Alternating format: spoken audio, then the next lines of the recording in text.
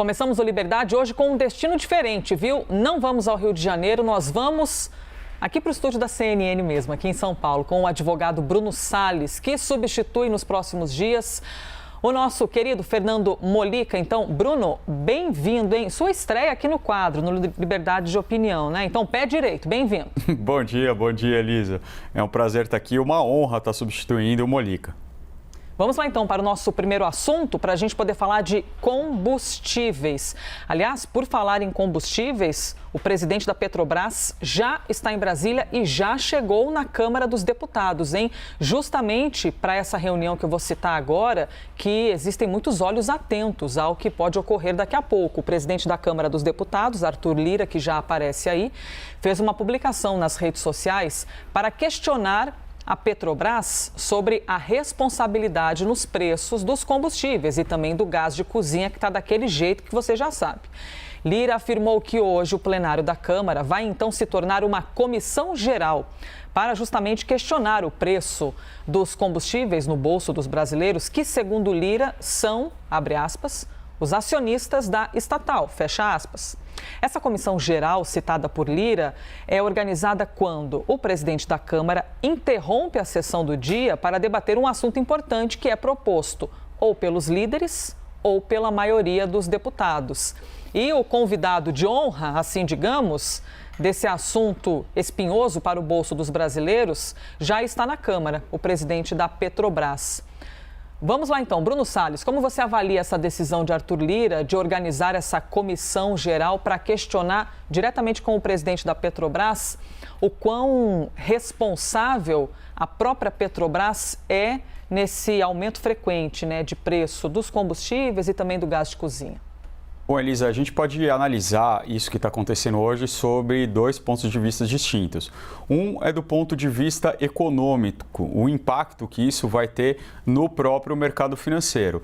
Bom, o presidente da Câmara, Arthur Lira, ele tem razão quando ele diz que os brasileiros são acionistas da Petrobras, mas razão em parte, porque metade, né, por ser uma sociedade de economia mista, metade, um pouquinho mais, são os acionistas, é o Estado brasileiro, mas outra metade é o mercado privado, é o mercado de ações. Né? E a Petrobras é uma das empresas mais comercializadas na Bolsa. Então, o que o acionista pensa? Poxa, eu estou investindo numa empresa que visa lucro e, de repente, vem aqui o Estado brasileiro querer controlar o lucro dessa empresa de uma maneira muito desorganizada, do dia para a noite. Né? Isso causa uma agitação no mercado e nós já temos vários economistas antevendo que isso vai ter um efeito muito grande no preço das ações da Petrobras hoje e de toda a Bolsa de valores aqui do Brasil. Por quê? Por ser um ativo muito comercializado, isso acaba arrastando o preço das ações da Petrobras para baixo e isso leva a Bolsa a cair também.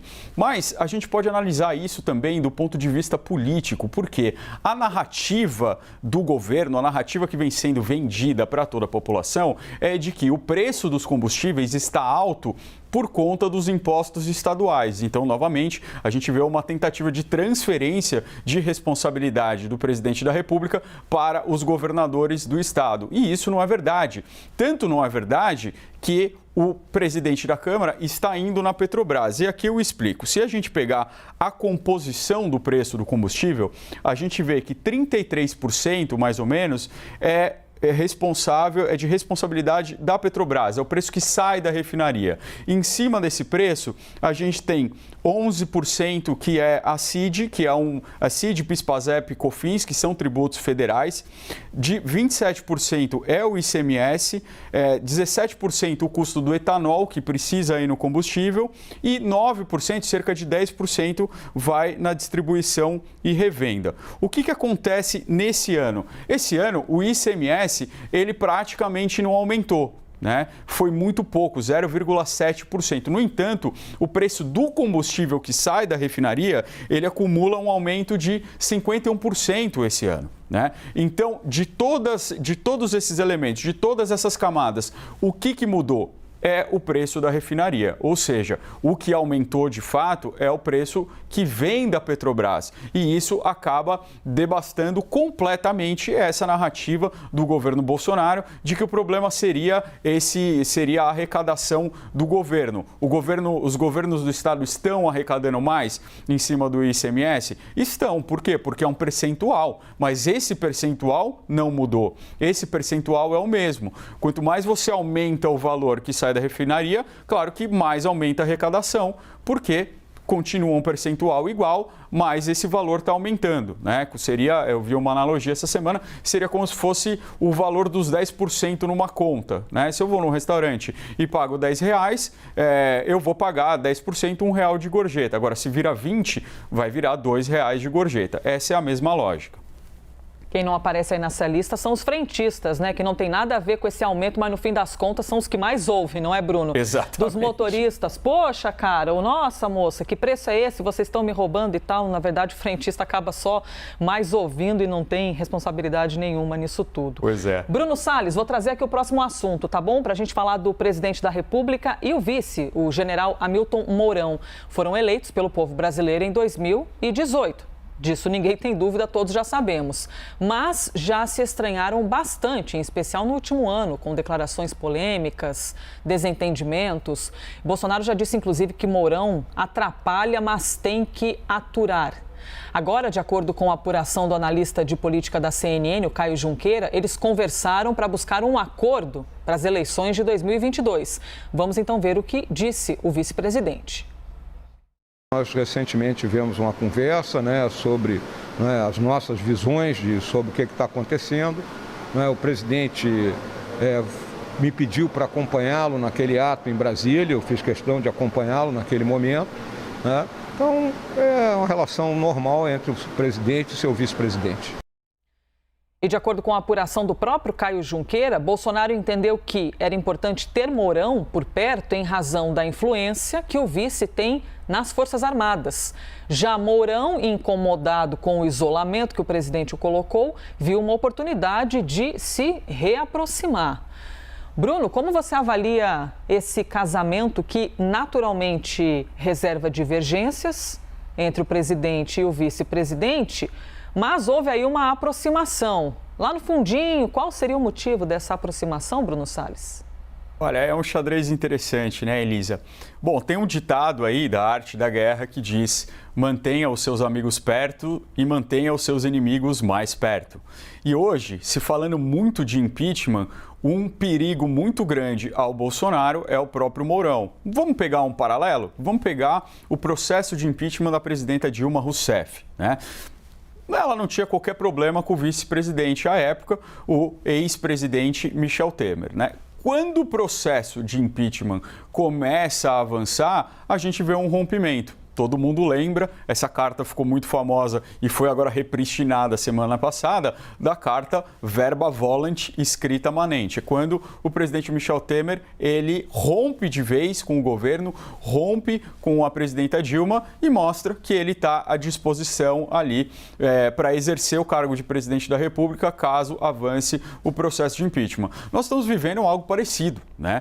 Nós estamos vivendo uma pressão popular cada vez maior por um processo de impeachment, nós estamos vendo o governo Bolsonaro ali tentando se manter com aquela sua base já cristalizada, a base fanatizada ali dos 20 e poucos %, e o Mourão está ali de lado olhando o que acontece, né? É interessante que a gente vê aqui uma certa aproximação, mas essa aproximação vem depois de dois atos, de duas manifestações que foram muito importantes para medir a popularidade, uma, do presidente da República e dois, de um processo de impeachment, né? As manifestações de 7 de setembro acabam não tendo a intensidade e aquela mobilização que era esperada pela ala governista, pelo presidente da República. A gente viu aquele vídeo do presidente sobrevoando Brasília e com uma cara de decepcionado em relação à pouca mobilização. Por outro lado, nós tivemos uma manifestação no dia 12, no domingo, chamada pelo MBL, que acaba também não tendo qualquer tipo de mobilização mais substancial, né? Para usar o termo da internet aí que está todo mundo utilizando, as duas manifestações floparam. O que acontece? Eu tenho certeza que se a manifestação de 7 de setembro tivesse sido forte, Bolsonaro, que não tem qualquer simpatia pelo vice-presidente Mourão, não ia ter essa aproximação. E pelo contrário, se no dia 12, se nessa manifestação contra o governo Bolsonaro a gente tivesse visto uma mobilização massiva, a gente também ia ter um distanciamento agora por parte do vice-presidente. Mas o que acontece? Como as duas não têm aquele resultado esperado, o que se imagina? Bom, o nosso grande desafio vai ser ano que vem nas eleições. E nas eleições acaba sendo mais difícil. Já fica claro que Mourão não virá novamente como vice-presidente, né? Hoje em dia se fala muito no ministro Tarcísio para ocupar essa vaga. E o Mourão já disse a alguns interlocutores que ele tem algum tipo de anseio a concorrer pelo Senado, pelo estado do Rio Grande do Sul. É uma vaga difícil, né? É uma vaga que vai ser uma vaga só no ano que vem, que hoje é ocupada pelo senador Laisier, que pode tentar se reconduzir, que tem uma boa popularidade, né? E o Mourão ainda não foi testado eleitoralmente. Então são esses os conjuntos, esses os fatores que explicam essa aproximação, mas que não parece ser tão genuína.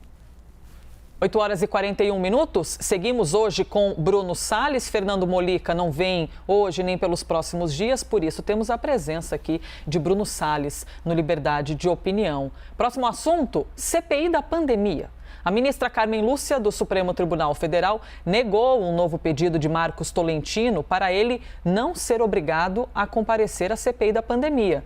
A ministra também rejeitou o pedido de suspensão da decisão da Justiça Federal em Brasília, que autorizou a condução coercitiva dele, caso não compareça.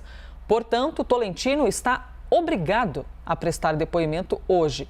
Mas, caso contrário, a condução coercitiva está autorizada. Bruno Salles, como você avalia esse depoimento de Marcos Tolentino, que seria um sócio oculto de uma Fibbank que, na verdade, não, tem bank, mas não é banco, e aí, de repente, está envolvido num esquema que, no fim das contas, não chegou ao fim, né, da compra de vacinas, o contrato foi desfeito, mas ele continua sendo um protagonista importante nessa história, principalmente pela ausência, né, pelo não comparecimento nas últimas vezes. E aí, o que esperar para o dia de hoje? Elisa, esse é um tema muito interessante que está dando bastante problema aqui no Brasil e que muita gente não está conseguindo ver com clareza. Vamos entender uma coisa. Em primeiro lugar, você tem duas grandes categorias que podem ser ouvidas em uma CPI, em um inquérito policial, perante o juízo. É a testemunha ou o investigado, tá? A testemunha, ela tem o dever de falar a verdade. Se ela mentir, ela comete um crime. Ela tem o dever de comparecer perante o juízo, perante a autoridade. Se ela não for, ela comete outro crime, que é o crime de desobediência. Bom, vamos ficar com isso. Por outro lado, a gente tem um investigado. O investigado, o que ele vai fazer perante o juízo ou perante uma autoridade? Ele vai lá se defender. Isso já é cristalizado no processo penal. É o momento de fazer a sua própria defesa, a sua autodefesa, né? A defesa normal é feita pelo advogado e ele vai lá colocar a sua versão dos fatos. Ele não tem o dever de dizer a verdade, tá? Se entender que ele mentiu, que não era isso o que aconteceu de fato, ele não pode ser sancionado por isso, salvo a própria condenação, né?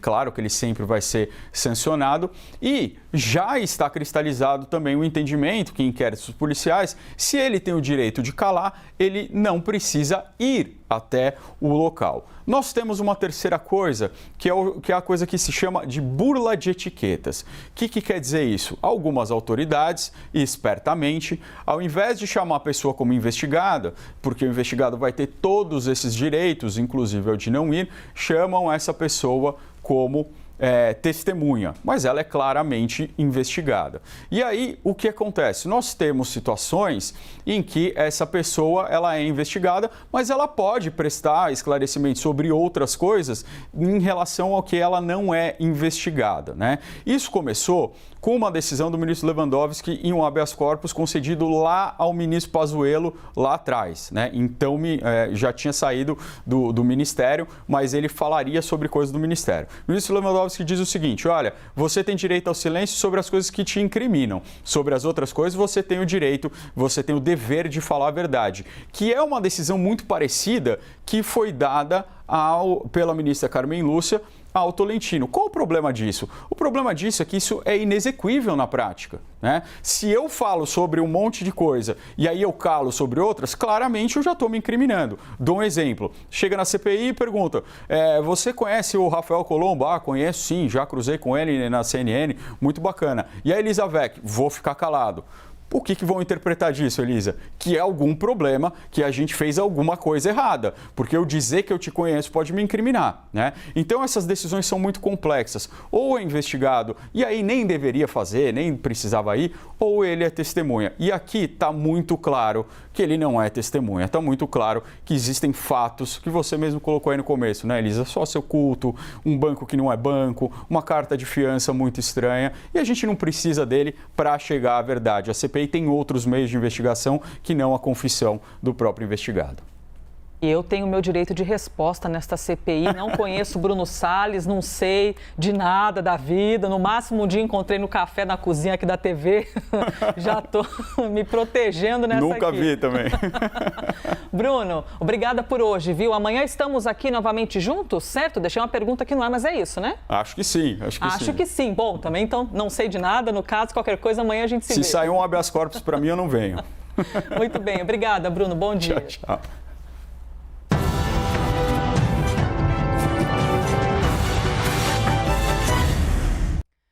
As opiniões emitidas pelos comentaristas do quadro não refletem necessariamente a posição da CNN.